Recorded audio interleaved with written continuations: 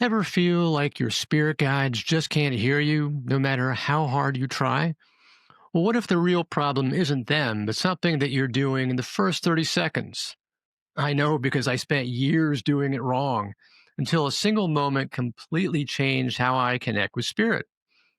Well, coming up in this episode, I'm going to share with you three breakthrough insights that finally made my spirit guide connection possible and how they can work for you tonight.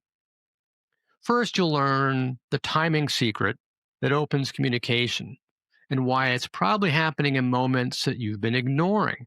Now, this isn't about the clock, it's about energetic availability. Second, you'll discover the mindset shift that removes hidden spiritual blocks like beliefs or internal patterns, and how this helps get you out of your own way. And third, we're going to look at the unmistakable signs that confirm your spirit guides are reaching you, even if you've doubted it for years. You see, if you've ever sat in silence, praying or meditating and wondering why your spirit guides won't answer, this episode is going to change everything for you. Because you see, you're not disconnected, you're not doing it wrong. You've just been missing this one simple 30-second shift that flips the signal from blocked to crystal clear. And when you apply what I'm sharing today, you'll finally experience that calm, reassuring connection that you've been craving, maybe even tonight. You see, the signs are going to become obvious, the messages will get stronger. And more than that, you're going to stop doubting your own inner knowing. But if you skip this, you're probably going to keep spinning in frustration, trying more techniques, doubting your worth, wondering if it's all just your imagination. So don't waste another year just knocking on a closed door, especially when it's not even locked. So before I ever called myself a medium or a spiritual teacher, I was just a regular guy in a suit. I was kind of drowning in spreadsheets, pitching deals, managing portfolios and pressure. I was just doing what the world told me that successful looked like. But inside, it kind of felt like a shell. I felt empty, kind of aimless, and I didn't really feel fulfilled inside. You know that feeling? You see, there were just endless meetings and conference calls throughout the day. And then at night, just numbed it all out with like scrolling on my phone, just zoning out. And I just repeat it day after day after day. Sometimes I'd lie in bed wondering, is this it? Is this what life is supposed to be like? I believe there had to be more, that we're not alone, that there's something beyond us, right? And all my older family members had died, so I felt their spirits had to be out there somewhere. And I had to have some kind of connection with them and hopefully my guides. Of course, I didn't really understand what that aspect fully felt like yet. But no matter how hard I tried to connect, all I got back was silence, nothing. See, I'd even try to wake up early just to meditate. Of course, I was very early on in the beginning, so I didn't really have much of a clue, but I'd try. Sometimes I'd light candles, other times I'd try to clear the space. Sometimes I'd try to do chakra tuning, journaling, or breath work.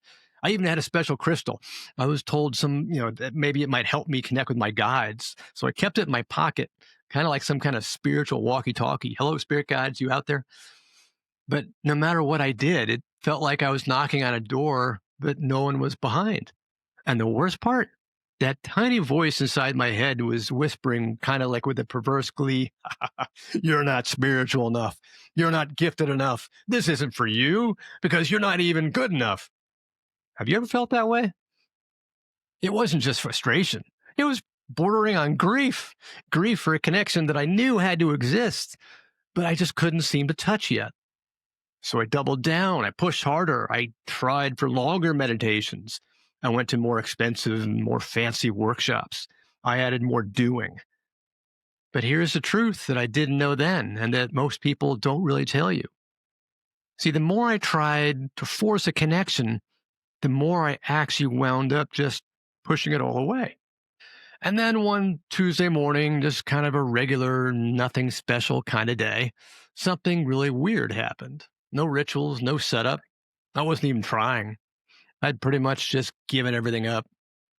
I was calmly packing up my things and getting myself ready for work. My mind was kind of chill. My body was calm and my spirit was just still. But in about 30 seconds, something suddenly just shifted. It was subtle at first, kind of a presence, a knowing, a calm that didn't feel like mine, and then just clarity. Not from my head, not from my ego, but something from beyond me. See, in that moment, I realized I wasn't broken. I wasn't disconnected. I was just doing it all backwards. Have you ever had that feeling like you were doing everything right, but still you couldn't feel your spirit guides? Like maybe you're missing something, or worse, maybe something's missing inside of you.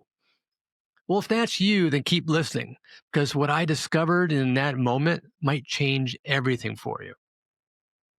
Now, you see, you'd think that that moment, that 30-second connection, would have changed everything for me. But I'll be honest with you, it didn't, at least not right away. Because almost immediately my mind, aka my Frankie brain, just started kicking into high gear. It immediately started yelling, "Oh, that didn't really happen. You just imagined it. You just want this so badly, you're making it all up." And let me tell you, those thoughts, they were loud, especially when you spent years overthinking everything, like I had in corporate life. I was trained to lead with logic, not intuition, not with my heart. So even though something real had happened, I couldn't fully trust it. And so I was questioning myself for days. Did this really happen or is this in my head? I even Googled things like, how do I know I'm not just making up spirit guide messages? How do I know I'm not going delusional? Are intuitive hits real or just mental chatter? I just thought I was going nuts.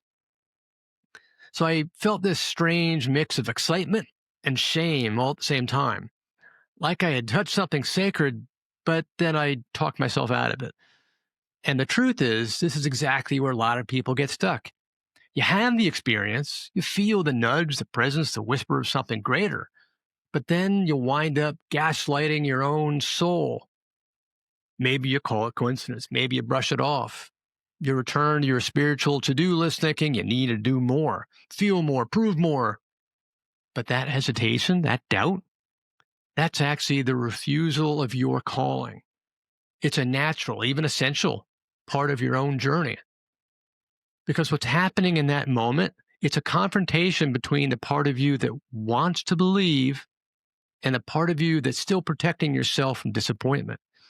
You're actually hearing your ego mind firing up in its effort to keep you safe in your comfort zone. Remember, that's its job. Your ego mind wants to keep you safe from prior pains. Have you ever had that strange moment where something felt real, but your mind immediately dismissed it and said, "Oh, that can't be real"? What if you were right the first time and the doubt is what's actually kind of lying to you, and now it's holding you back? Okay, so this is the stage where it gets interesting because a few days after that strange 30-second shift on that Tuesday morning, I was just sitting alone, no candles, no spiritual playlist, not even trying to meditate. I think I'd probably given up by that point. So I was just still. And then suddenly, I knew I wasn't alone anymore. Didn't happen with trumpets, no angel chorus, no blinding lights, just presence. See, I didn't see anyone. I didn't hear any sounds or words with my ears, but I just knew someone was with me. It was kind of like the air in the room somehow felt different, kind of heavier, not in a scary way, but more full of something, like it had density. It's like that feeling you get when someone walks up behind you and you kind of feel their energy. You don't even have to see or hear them, but you know that they're there. Have you ever had that feeling? Well, at first, my rational brain wanted to jump in and say, "Oh, maybe it's just your imagination again. Maybe you're trying too hard to feel something." But this was not mental, it was energetic, and I could feel it inside me. Remember, I was focusing on my heart, not my head. The air felt subtly pressurized, almost like the shift in the atmosphere before a storm. Well, instead of tension, it brought a calm, a stillness, a loving stillness that didn't come from inside me, but it just basically surrounded me. And then I noticed it in my body. Tiny effervescent bubbles just started dancing up along my arms, kind of like champagne fizz, light, tingly, almost playful. And then I swear, it kind of felt like two invisible hands were gently resting on my arms, not heavy, just not gripping, just on me. And then I felt it in my chest. I felt a presence, a really subtle pressure, like someone had gently placed a warm hand right over my heart, not pushing, just holding. And then the warmth just spread, a feeling of care, of love, of absolute peace. Didn't rise from me, just entered me, like love was flowing into me from outside, kind of like from a stream or something. And then the thought came, not loud, not booming, just clear. Stop trying so hard. We're already here. Not I'm here. We're here. That's when I knew it. It wasn't just one being, it was a team, a spiritual support system that had been there the whole time, waiting, not judging me for missing the signs, not frustrated that I hadn't connected sooner, just patiently, lovingly present. And they must have been really patient, I got to say. But you see, that was the moment that the mentor appeared, not as like a wise teacher outside of me, but as a presence that had always been beside me, waiting for me to notice. And the wisdom they gave me, it was really simple. But basically, it cracked something wide open. You're not disconnected, you're just distracted. It was like a lightning bolt through my nervous system. See, I'd spent so much time trying to reach the spirit world, I never considered that the spirit world was already reaching me, it was already beside me. And that all my effort, the rituals, the striving, the spiritual checklists, was just noise, basically static. I didn't need to reach up, I needed to open inside me. And that one shift from striving to receiving, that softened something inside me. And for the first time, I felt like I could breathe spiritually. I didn't have to prove anything. I didn't have to earn spirit's attention. I just had to believe that the connection was already there. And that finally, I was quiet enough to hear it. Have you ever felt something like that? Kind of a wave of warmth, maybe a subtle touch, a shift in the air, but then just initially brush it off as nothing? Well, what if that wasn't nothing? What if that was actually the moment that your guide showed up, but you just didn't recognize it yet? Hmm. So after that message, stop trying so hard, we're already here, I couldn't ignore it anymore. I didn't brush it off like I usually did. I didn't go off journaling about it. I didn't overanalyze it or try to turn it into some kind of 5-step method. For the first time, I just sat in it, peaceful. And in that moment, I realized I don't have to do anything right now. I just have to trust that spirit is here. And that was my threshold moment because even though I still had doubts, I stopped leading with them. I made a quiet promise to myself. From now on, I'm going to relate to my spirit guides as if they're already present. Not something I need to go find. So I didn't go light the candle that night. I didn't go do my usual grounding. I just sat and I invited. And I remember saying out loud, quietly but clearly inside my head, well, if you're here, I'm listening. Tell me what I need to know. I didn't feel anything dramatic in that moment. No visions, no voices, no lightning bolts. But what I did feel was peace. The kind of peace that says, you stopped running. You stopped striving. Now we can meet. And it was kind of like stepping into a different atmosphere. Not a place where I had to perform spiritual worthiness, but a place where connection was actually a natural state. And from that point on, I started to live with a quiet knowing. Like, I'm not trying to actually reach out and connect with spirit. I'm just learning how to receive what's already reaching for me because they were already there. And that was the threshold, not an action I took, but a posture I stepped into and allowed. One of allowing. See, that's the important part. And that's when everything started to change for me. So let me ask you this. If you, in fact, knew that your spirit guides were already beside you right now, in this moment, how would that change the way you show up? Would you still try so hard? Or would you start listening with your heart rather than your head? because you'll connect with your heart, not with your head. Okay, so after I crossed that threshold and I stopped striving, I thought the connection would just stay there, open all the time. I thought, great, I finally figured it out. Crack the code. Haha, now I'm constant communion now, right? But within a week, the silence came back. I'd sit down expecting to feel that same warmth, the same energetic presence, the same clarity, and instead, I got nothing. No bubbles, no warmth, no quiet thoughts that felt like they were coming from somewhere else, somebody else. And just like that, my mind started doing the same thing all over again. Ha ha, see, it was a fluke. You imagined the whole thing. Back to square one for you. And I'll be honest, that part of the journey totally broke me. I was like, oh my God, not again. But because after such of a beautiful, affirming moment to feel the silence again, it didn't just feel confusing. It felt like total rejection, like being invited into something sacred and then being shut out again. I again started wondering if I'd made it all up. I even replayed the moment in my head, trying to refeel the sensations, forcing the memory back into life, almost like I could conjure the spirit back into demand. Come on, you got to be there. So I started to panic. And I fell back into that familiar patterns, the rituals, the techniques, the meditations, the mantras. I started lighting candles again, pulled out the journal, replayed all my old playlists. I started chasing the experience instead of staying open and having that relationship. But you see, here's what I've learned since. And this is so important for you if you're on a spiritual path. Now, if you're multitasking, then come back. This is really important to learn. Spiritual growth is almost never a straight line. It's more like 2 steps forward, 1 step back. And in those 1 step back moments, it's really easy to start obsessing over the backslide. You forget the breakthrough. You forget the moment of connection. You actually start measuring your worth by the absence of what you once felt. Oh, I'm no good. And that can be really dangerous because you begin to think that the silence means you're something about you, something wrong, that maybe you're doing it wrong, or that maybe you're broken again, that maybe you were never connected at all. Your conscious mind starts going haywire.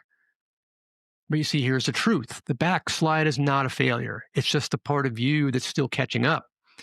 It's really your ego adjusting. It's your nervous system recalibrating. It's really your energy field learning how to hold the frequency that you briefly touched. It's your old wiring, fear, self-doubt, striving, trying to reclaim control. And if you stop there, if you panic, you run back to your over-efforting, you miss the next breakthrough. And you see, that was my test. Could I stay with the silence and trust that the connection was still present, even when I couldn't feel it? Could I stop needing that constant validation and start building real trust? Well, that's human. So I asked myself a different question. What if the connection isn't gone? It's just being clouded by something inside me. And that moment of reflection changed everything because it basically flipped the whole story on its head. Instead of chasing a feeling, I began tuning into what might be blocking it. Was I back in striving mode again? Was I tightening my chest, holding my breath, trying to control the experience? Was I trying to recreate a past spiritual moment instead of receiving one that was meant for now, the here and now, the present? And that's when it hit me. It's not about reaching up to spirit. It's about clearing the pathway that's already there. Spirit hadn't gone anywhere. I had just gotten back in the way. Sound familiar? And you see, that insight, it didn't bring back the bubbles or the tingle or the pressure on my chest. It brought something even better. Peace. Not a peace that I created, but one that gently returned the moment I let go of my need to get it right. And that was my second initiation. Not to connect, but to trust the connection was already there, even in the silence. Quiet, peace. Now, can you look back at your own path and see a time when it felt like you were going backward? When in truth, you were just being invited to slow down and integrate what you'd already learned. Look at your journey and see if that's true for you. Because for most people, you are going to go 2 steps forward, 1 step back. Okay, So on another morning, not long after that test of silence, I was sitting quietly again. No pressure, no ritual, just stillness. And out of nowhere, this thought dropped into my awareness. Not my mind, but not something that I'd planned or scripted, but a certain knowing that kind of landed out of the blue and fully formatted. And it said, the connection was never the problem. The pressure was. So I sat with that. See, the connection was never the problem. See, I hadn't lost access. I hadn't even slipped backward. I had just let the pressure creep back in, the pressure to perform, to repeat, to control, to prove. And as soon as I saw it, everything snapped back into place. All the striving, the silence, the backsliding, it wasn't punishment. It was spirit inviting me to mature, to let go of the old paradigm that said, well, if I do enough, spirit's going to show up. And instead, now I had to embrace a new truth that said, when I let go, spirit reveals what has always been there. And now is a real journey, not learning how to connect, but learning how to stop interrupting the connection that was always flowing. It's kind of like a river, it just never stops. And that's when I realized something that I now teach every student, every client, every person on this path. You're not spiritually broken. You're not disconnected. You're just spiritually blocked. And even that block isn't a flaw. It's basically a defense. It's a habit. It's a reflex that your system developed to survive in a world that taught you spirit was separate from you, that you are separate from everything else. But the moment that you release the pressure, the moment you stop performing and start receiving, that's when the connection rushes back in. Not because you earned it, but because it was never gone. It's always been there. You just got to open and receive to it. So, what shift in your life would you get? Truly believe that your guides are already here. What would it take? It's not about reaching them, but about remembering how to let them in. Could you do that? So, now since that shift that I went through, everything about how I relate to spirit has totally changed. I don't chase connection anymore. I don't second guess every silence. Now I live in a quiet trust, a knowing that my guides are with me, even when I don't feel them, see them, or understand them. And here's the most beautiful part. The more I stopped trying to feel the connection, the more clearly I began to recognize it. It started showing up in synchronicities, in sudden clarity during everyday tasks, in soft nudges, intuitive hits, moments of peace when nothing external really made any sense. And it started happening for my clients too. People who once believed they were just quote unquote too blocked or not intuitive enough started actually receiving messages, not because they pushed harder, but because they finally let go and opened up to spirit. They allowed. And that's the gift I want to give you now. See, you don't have to wait for a perfect meditation. You don't have to earn your way into guidance.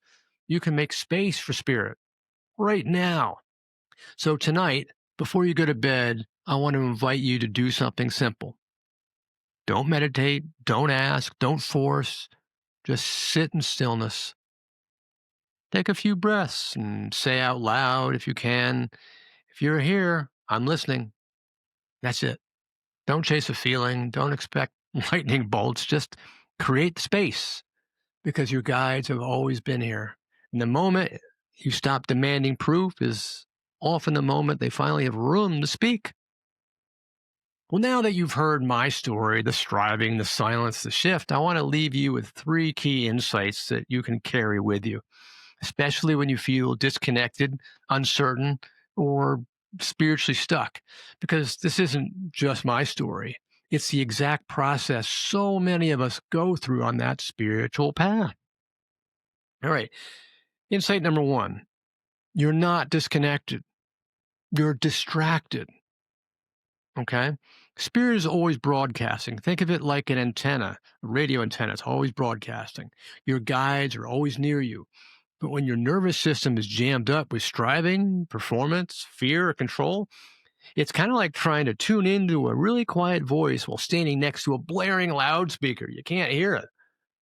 See, the channel is there, the message is there, but it's the noise that drowns it out. So what feels like disconnection is often just system overload. And that means the solution isn't to try harder because you're going to get louder. It's actually to soften. Don't forget, the spirit speaks so silently, so subtly, you're going to have difficulty hearing it unless you allow your world to become quiet. All right. Insight number 2: silence isn't absence, it's integration. The moments where you feel like nothing's happening, where the signs stop, the tingles disappear, and you feel, oh God, I've lost it again. No, that's not spirit pulling away. That's you evolving. Remember, 2 steps forward, 1 step back. See, the silence is the space where your system catches up, where your ego starts to let go of control, where the insights land. It's basically the cocoon between awakenings. If you stop trying to escape it, you'll start to hear it differently. And insight number 3: the connection strengthens only when you allow, not when you control. If there's one thing I've seen over and over in myself, in my clients, my students, it's this: the harder we try to force a connection, the weaker it becomes. But the more that we allow it, the stronger, the deeper, and the more beautiful it becomes. See, allowing doesn't mean doing nothing. It just means creating space without controlling or expecting any outcome. It's about breathing instead of bracing, receiving instead of performing, trusting instead of doubting. And that's why 2 of the most important principles I teach my students are trust and surrender. Remember that phrase. Trust the spirit is always reaching for you, and surrender the need to manage, measure, or manufacture the experience. And also surrender to the way spirit comes in for you. The moment that you do that, the moment that you relax your grip and just allow, it's often the moment the spirit can finally get through. Not because you did something right finally, but because you stop trying to control what is not yours to control. See, connection isn't something that we achieve. It's not like some kind of reward. It's something that we remember because we've always been able to connect. We've always been spirit inside, remember? And when you allow it, truly allow it, it returns with a power and a peace that no technique can manufacture because you already know how. So if you've been trying really, really hard to feel something, try letting go instead. Allow, trust, surrender, and notice what begins to shift. And here's a bonus insight: you do not need proof, you just need presence. Proof will come, maybe in signs, nudges, synchronicities. But if you chase those things as evidence, you're going to do it right, that you're always going to wind up being in doubt because your ego mind demands proof, but presence is the real proof. And you see, the ego mind has difficulty with what comes from non-physical senses. So when you're truly still and receptive, that connection shows up differently, not louder, just truer. So I hope that this episode resonated with you today. And I'm sure for many of you, it may have. So then at that point, I'm kind of guessing that something inside you is probably already whispering, okay, I believe the connection's here, but how am I going to strengthen it? And that's the right question. And the answer is you raise your vibration. And everyone goes, oh, God, not this again. But here's the problem. Everybody talks about vibration, but no one really tells you what it actually means or how to shift it fast. And that's why I created an episode titled The One Thing That Instantly Raises Your Vibration. It's simple, it's practical, and it'll change how you approach every spiritual practice from here forward. You can find that in the link in this or in the show notes or in the description below. And if this episode helped you stop striving, that one's going to help you start gliding. And if you're looking for another way to raise your vibration, then I've got a free guided meditation that'll help you do just that. And the link for that is also in the description below. So let me know in the comments what landed for you today. And if you're ready to receive guidance from Spirit, just reply with, I'm open to my guides. So keep raising your vibration and spiritual awareness. Love and light. This is Chris.